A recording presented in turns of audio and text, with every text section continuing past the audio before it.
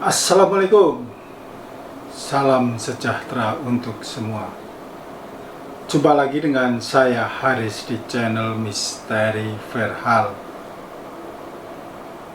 Berita misteri kali ini akan mengungkap tentang kolor hijau.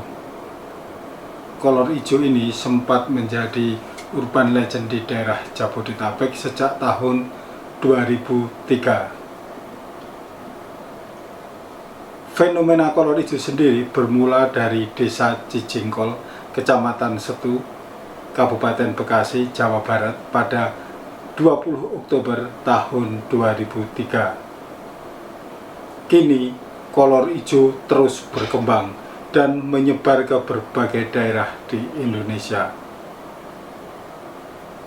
Tentu ditambahi dengan bumbu-bumbu mistis.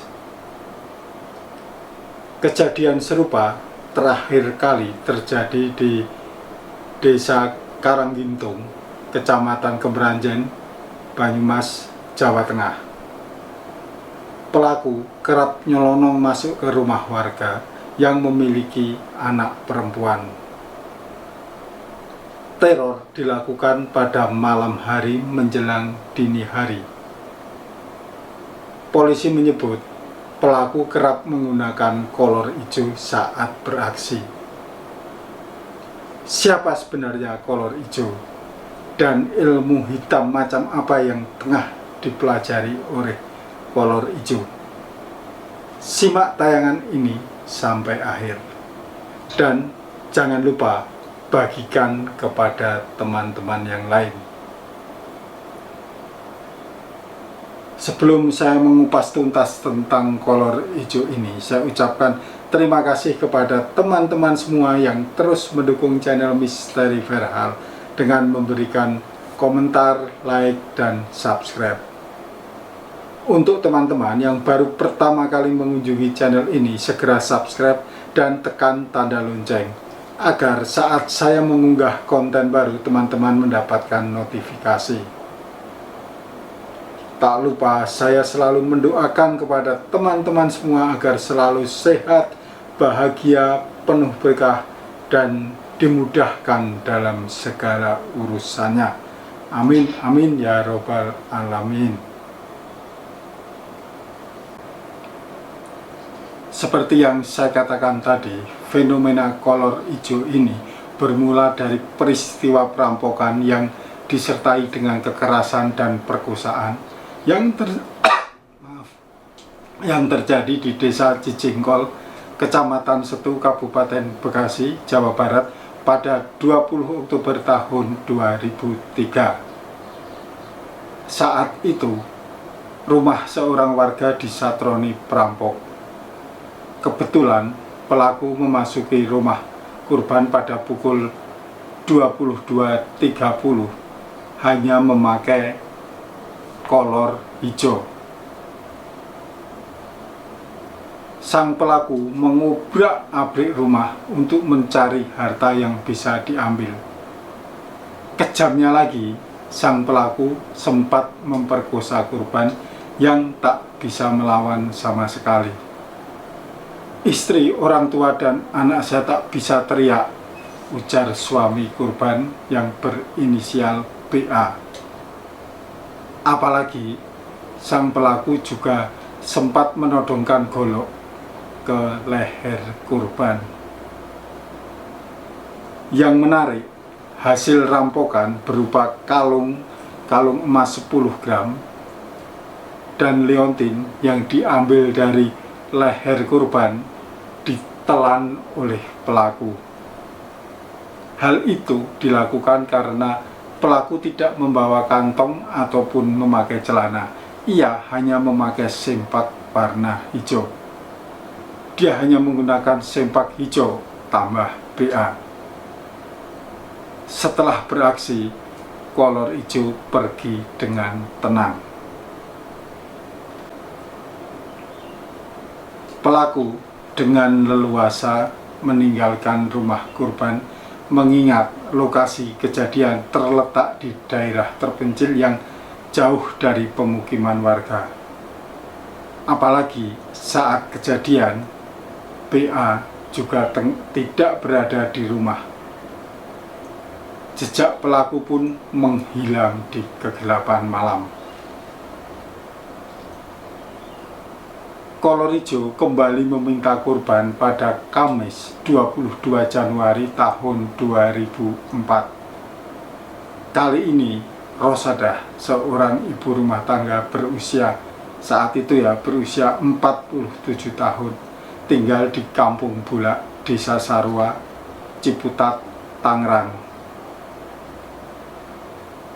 Ia menjadi korban kolor ijo dan mengaku nyaris diperkosa.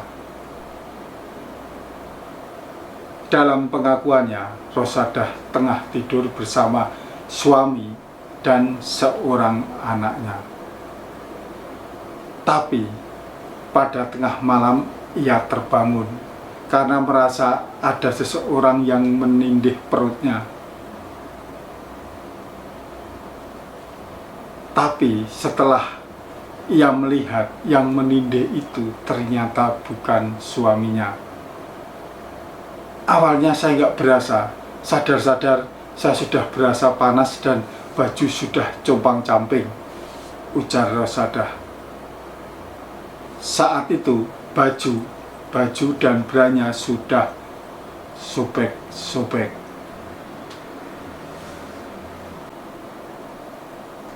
Menurut pengakuan Rosadah, sosok kolor ijo yang nyaris memperkosa dirinya ini berbeda dengan kolor ijo yang muncul di Bekasi. Sang pelaku versi Rosadah ini adalah sosok siluman jelek yang hanya mengenakan celana dalam atau sempak berwarna hijau. Tubuhnya bulat, perutnya besar, telinganya panjang, mulutnya monyong seperti babi, mukanya bulat, bentuk badannya pendek dan gendut. Mengetahui kolor ijo kembali beraksi, polisi segera turun tangan. 4 hari kemudian, polisi menangkap Rosadah dengan tuduhan menyebarkan berita bohong. Menurut polisi, ada beberapa kejanggalan dari laporan Rosadah. Pertama, suami Rosadah yang dikatakan tidur di samping Rosadah tidak mengetahui tentang kejadian yang menimpa istrinya. Selain itu, sobekan di baju Rosadah yang dikatakan dirobek-robek oleh si kolor hijau, ternyata sobekan itu polanya terlihat menggunakan alat. Bukan sobekan orang, tapi menggunakan alat. Masa kolor hijau pakai gunting, kata polisi. Kejanggalan lain adalah luka goresan pada tubuh Rosadah. Awalnya, Rosadah mengaku goresan itu merupakan cakaran dari si kolor hijau. Namun akhirnya, ia mengaku kalau Rosadah sengaja melukai tubuhnya menggunakan sisir. Polisi menjelaskan alasan Rosadah menyampaikan berita bohong karena ia sedang terhimpit ekonomi dan ingin mencari popularitas. Yang bersangkutan menyampaikan supaya dapat perhatian karena terhimpit ekonomi dan ingin mencari popularitas murahan, ujar polisi. Setelah Rosadah mengaku disatroni kolor ijo pada Kamis 22 Januari tahun 2004, 2 hari kemudian giliran Saripah, saat itu berusia 35 tahun, melapor kepada polisi sebagai korban kolor ijo. Saripah ini tinggal di Jalan Pandaraya, Kampung Pladen, RT 03 RW 05, Desa Pondok Ranji, Ciputat. Saripah mengalami luka cakar di tubuhnya. polisi kembali turun tangan. Laporan itu dinyatakan palsu. Ibu 3 anak itu pun mengaku menyebarkan berita bohong karena ingin mengalihkan perhatian masyarakat terhadap dirinya yang dikabarkan sebagai wanita pekerja seks. Alasan lainnya, ia ingin menghilangkan beban pikiran terhadap masalah-masalah keluarga dan ekonomi. Selain itu, ia pun ingin menakut-nakuti kedua anak gadisnya untuk tidak keluar malam. Luka cakaran yang diderita oleh Saripah adalah akibat cakarannya sendiri. Kepada polisi, Saripah mengakui perbuatannya. Ini dilakukan setelah dirinya membaca berita yang menyebut-nyebut kolor hijau. Akibat membuat laporan palsu, Rosidah pun berurusan dengan polisi. Korban kolor hijau berikutnya adalah Nurma Sito, saat itu berusia 21 tahun, warga Gang Haji Saatun, Lenteng Agung, Jakarta Selatan.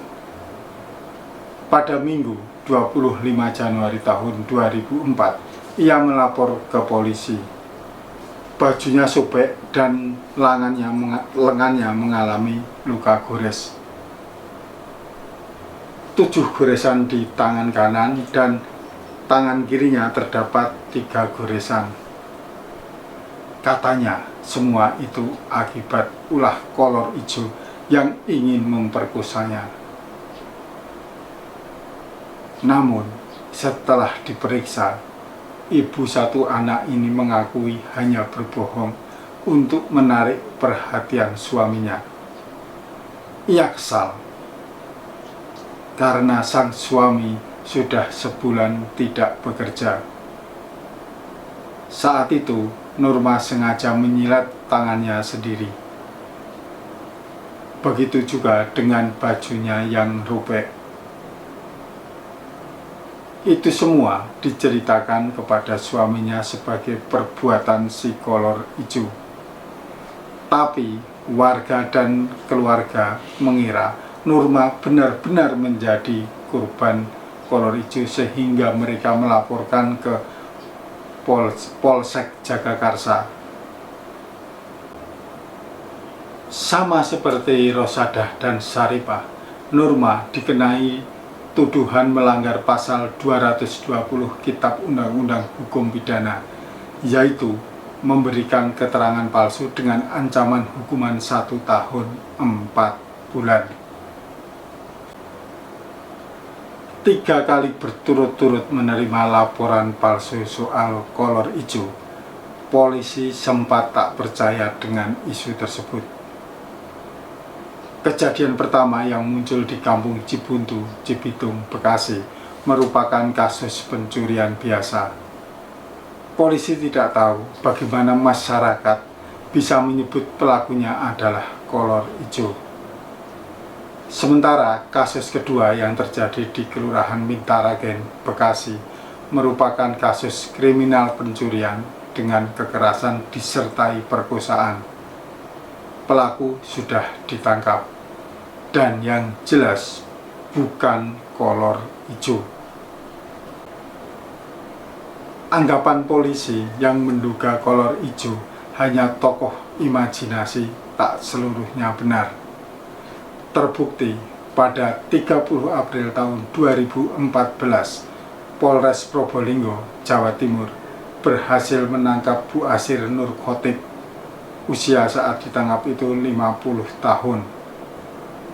Ia adalah pemerkosa sekaligus perampok perempuan yang dikenal sebagai kolor hijau. Seusai ditangkap aparat, kolor hijau mengaku telah memperkosa dan merampok 31 perempuan, mulai dari gadis hingga ibu-ibu. Hal itu dilakukan selama rentang waktu 10 tahun. Ada dugaan korban lebih banyak lagi. Tak ada yang menduga Bu Asir adalah pelaku tindak kriminal. Ia memiliki usaha syuting hajatan, mempunyai slab padi. Slab itu penggilingan padi, dan juga menjual pupuk kandang. Bu Asir ini juga orang yang terkenal ringan tangan dan dermawan kepada para tetangga. Kolor hijau ini ditangkap setelah anggota polisi menyamar sebagai pasien yang membutuhkan pengobatan dan jasa dari Bu Asir. Setelah mencocokkan sidik jari yang menempel di botol air pemberian Bu Asir kepada anggota polisi yang menyamar tadi, ternyata sidik jarinya sama persis dengan yang ditemukan polisi dalam kasus perkosaan. Selain itu, polisi melacak pelaku setelah ponsel milik korban ternyata masih aktif dan dipegang oleh Bu Asir. Setelah itulah polisi melakukan penangkapan.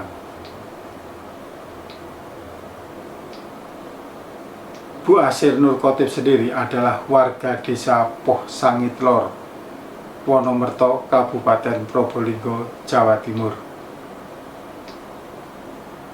Bu Asir telah meneror perempuan sejak tahun 2004. Dalam melakukan aksinya, kolor hijau selalu mengenakan celana pendek berwarna hijau, lalu mencuri barang berharga milik korban dan memerkosa perempuan, baik gadis maupun janda. Sebelum melakukan aksinya, kolor hijau melakukan pengintaian rumah selama 2 hari. Jika rumah korban dekat, ia akan berangkat menggunakan sepeda biasa, sepeda angin. Tapi jika rumah calon korban cukup jauh, Bu Asir akan menyewa jasa ojek. Sebelum menculik dan memperkosa para korbannya, siang hari Bu Asir mengintai rumah calon korban. Kadang ia berpura-pura menjadi tukang rumput yang mencari rumput, padahal sebenarnya ia sedang menggambar situasi, mengamati rumah calon korban. Jadi dia ingin tahu dari mana harus masuk dan bagaimana nanti melarikan diri jika ketahuan massa. Kemudian malam hari sebelum menggelar aksi, Bu Asir melakukan ritual. Ia merapalkan mantra-mantra ilmu hitam yang dikuasainya sambil mengelilingi rumah calon korban agar calon korban ini tidur lelap. Setelah proses ritual dilakukan, maka kolor hijau dengan mudah masuk ke rumah para korbannya tanpa penghuni rumah terbangun. Ia menggasak benda-benda berharga seperti handphone dan laptop. Bahkan, ia dengan mudah membopong wanita calon korbannya untuk dibawa ke sebuah tempat sebagai pelampiasan nafsu bejatnya. Setelah memperkosa, kolor hijau meninggalkan korban begitu saja. Namun, ia meletakkan sebuah batu di atas tubuh korban, sehingga saat korban berteriak tak didengar oleh siapapun. Aksi kolor hijau kembali muncul di desa Sendangrejo, Kecamatan Binjai, Kabupaten Langkat pada 23 Mei tahun 2021. pukul 3:41 waktu Indonesia bagian Barat. Aksi kolor hijau itu terekam kamera CCTV dengan durasi 32 detik. Pria yang dinarasikan sebagai kolor hijau itu terlihat berupaya masuk ke rumah.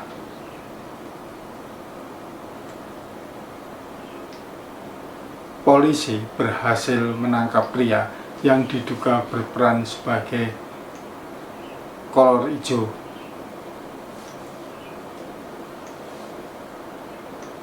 Ia adalah Mika Sanjaya alias Jaya, berusia 29 tahun, warga Desa Sidomulyo, Kecamatan Bijeh, Kabupaten Langkat. Dari hasil pemeriksaan terhadap Mika Sanjaya alias Jaya, pelaku masuk dari pintu belakang rumah korban. Mika mengaku ketika masuk ke rumah korban dalam keadaan telanjang dan mengikat kepalanya dengan kaos berwarna orange. Sebelum melakukan aksinya, Jaya terlebih dulu minum tuak. Pelaku mengaku mempunyai kebiasaan mengintip perempuan yang sedang tidur. Kolor hijau yang ini tidak ada kaitannya dengan ilmu hitam seperti yang dilakukan oleh Bu Asir.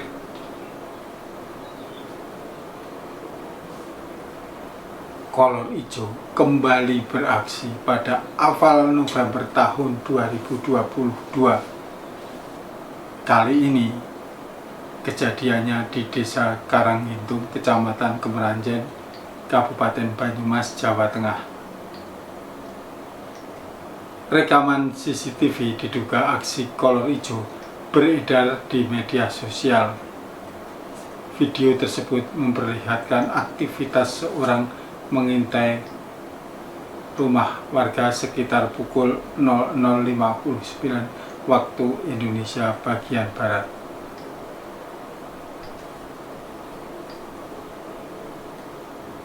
Dalam video tersebut terdapat sosok berwarna putih berjalan meninggalkan rumah. Ketika tampak kembali, sosok menjadi hitam. Sosok itu masuk ke dalam rumah dan berupaya melakukan pelecehan seksual terhadap anak perempuan berusia 12 tahun.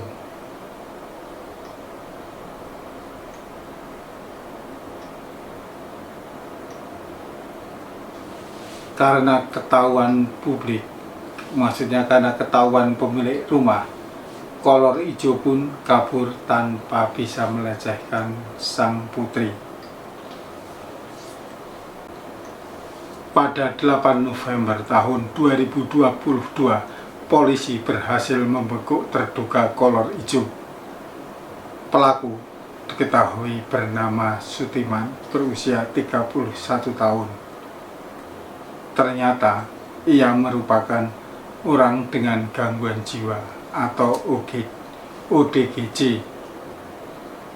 Sutiman pun akhirnya dibawa ke rumah sakit jiwa karena aksinya sudah meresahkan warga di Kemeranjen.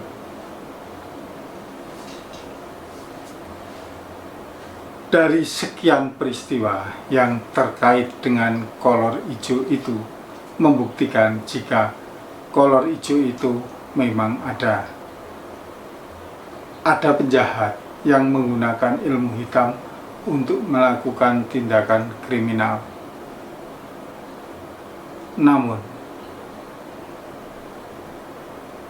isu kolor hijau itu juga dimanfaatkan oleh sebagian orang untuk berbohong demi mencari popularitas. Kejahatan berbau mistis itu pun dipelintir demi kepentingan sesaat. Sayangnya, banyak masyarakat yang percaya begitu saja dengan cerita imajinatif itu sehingga menambah keresahan. Sebaiknya kita berpikir proporsional dalam menanggapi sebuah isu. Tidak begitu saja percaya atau sebaliknya tidak begitu saja membantah. Cek fakta dan logikanya agar tak sesat pikir. Apakah di antara teman-teman ada yang memiliki cerita soal kolor hijau ini? Jika iya dan ingin menjadi narasumber kami, silahkan kirim ke email misteri.verhal@gmail.com atau bisa juga menulis message di Facebook dan Instagram yang alamatnya ada di kolom deskripsi. Jangan lupa ikuti terus channel Misteri Verhal karena episode mendatang saya akan membawakan berita-berita misteri dan cerita horor yang tentunya lebih mencekam. Sampai jumpa. Dah. Wassalamualaikum warahmatullahi wabarakatuh.